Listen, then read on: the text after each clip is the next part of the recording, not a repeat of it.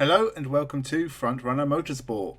Formula 3 is starting again in Bahrain in support of Formula 1. So let's go through these teams and drivers, a lot of drivers, and see how the teams stack up and maybe pick some winners for 2023. We'll be doing the same for Formula 2 later today or maybe tomorrow, so make sure you subscribe so you don't miss that.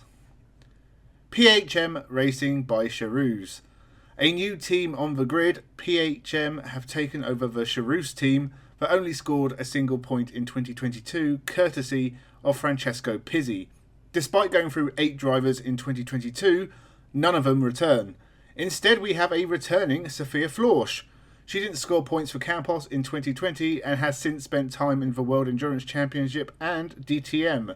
We will have to see if that experience has helped her grow. Brazilian Roberto Faria has a single GB3 win to his name and finished 5th for Carlin in that series last year, and Piotr Wisnicki of Poland has never finished higher than 6th in any race, and 19th in the Italian F4 Championship is his best overall finish to date. It's going to be a rough year for PHM. Genza Motorsport. Taylor Barnard has just given us some excellent performances in Formula Regional Middle East, where he was runner-up for the championship. He was also runner-up in the ADAC Formula 4 series, and this step up might not be too daunting for him. Nikita Bedrin also won a couple of Formula Regional Middle East races, but is not the most consistent driver ever. Mexican Alex Garcia is not on their level. He struggled to 7th in a small Euro Formula field in 2022, and only has a few American F4 podiums to his name. A strong lineup for Genza, especially with Taylor Barnard. He will score points, but will move to someone like Prema in 2024 and do wonders next season. Campos Racing. Pepe Marti returns for another season at Campos and will be looking to do better than the 2 points he scored for the team in 2022. He's another who took a couple of wins in Formula Regional Middle East. Christian Mansell is not related to the mustachioed Formula 1 champion with whom he shares a surname, but did finish 3rd in Euro Formula in 2022. He can win races, but he won't in 2023. Hugh Barter is entering only his 3rd season of car racing and has finished runner-up in every race series he's entered. He might have some talent, but I don't think he'll end up runner-up here. Rodin Carlin. This will be Ido Cohen's 3rd season in Formula 3, and so far he has scored just 2 points. He previously raced for Carlin in 2021 before spending last year with Genza, but given he's finished both his seasons in Formula 3 down in 24th in the standings, I have lost all hope for the Israeli driver. Hunter Yini has also competed in Formula 3 since 2021 and has scored 0 points. If he continues that form, he is going to be out of a job. Oliver Gray comes from my hometown, so I will cheer him on regardless. He finished 2nd to Alex Dunn in British F4 in 2022 and remains with Carlin for 2023. Van Amersfoort Racing. Rafael Villagomez returns for another season with the Dutch team, having scored his only points finish in his 2 previous seasons of Formula 3 with them in 2022. He crashes a lot, and he will continue that in 2023. In the 122 races he's entered, he has never won, ever. 2018 French F4 champion Caio Collet was impressive with MP Motorsport last year, taking 2 wins.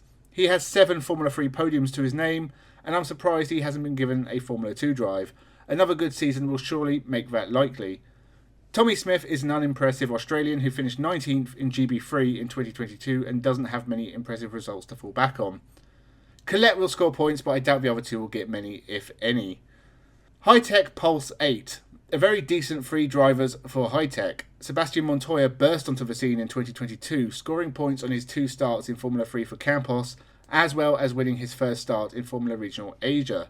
He is also part of the Red Bull Driver Academy.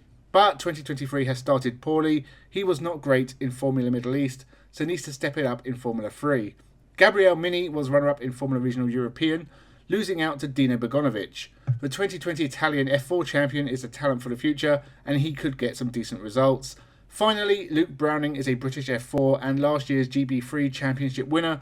A very good talent. All 3 high-tech drivers could do good things in 2023. MP Motorsport.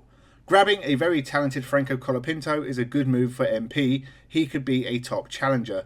I'm expecting a top 5 finish in the championship for the Argentinian, who won 2 races for Van Amersfoort last year.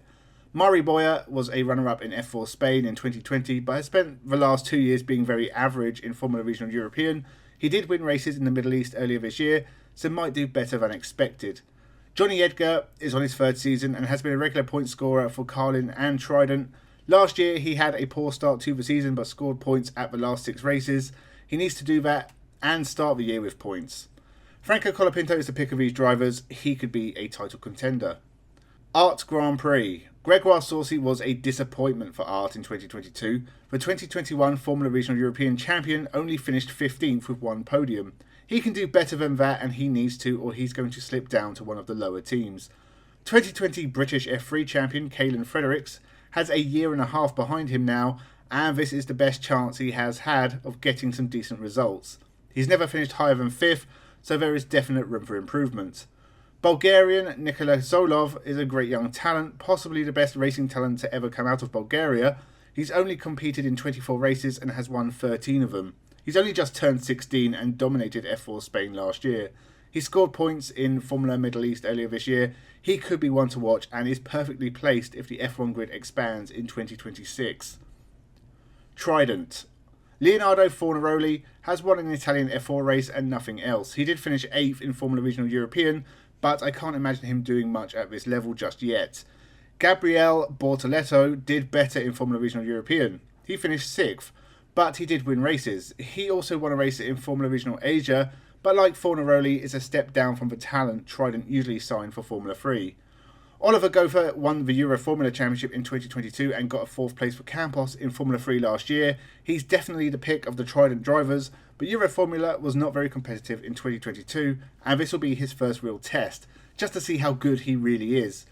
Potentially, he is a race winner and Trident usually do well, but I think this is going to be a tough year for the Italian team. Prema Racing. The team to beat. Most Prema drivers go on to have great racing careers. Leclerc, Crawford and Behrman have all moved up to Formula 2, so we have 3 new drivers taking the Prema seats for their Formula 3 title challenge. Dino Bogdanovic won Formula Regional European and finally hit the levels his hype has built up to. I think he can win this championship too. Paul Aaron is the next best talent to come out of Estonia, trying to follow countryman Yuri Vips into Formula 2, and he is a good driver. He chased Bogdanovic in Formula European last year and will be hoping to beat his teammate in 2023. Finally, 2021 GB3 champion Zach O'Sullivan put in some great performances for Carlin in 2022 and could go on to do a lot better in 2023. Prema have the best lineup of drivers and Bogdanovic is my pick for champion. Can anyone beat Prema in 2023? So they are all the drivers competing in Formula 3 in 2023. Of course, some may get swapped out for others, but as long as nothing bad happens to anyone, this is the grid for Bahrain. Let me know what you think in the comments below. Make sure you subscribe. Formula 2 preview will be out soon. Thank you for watching and have a good one.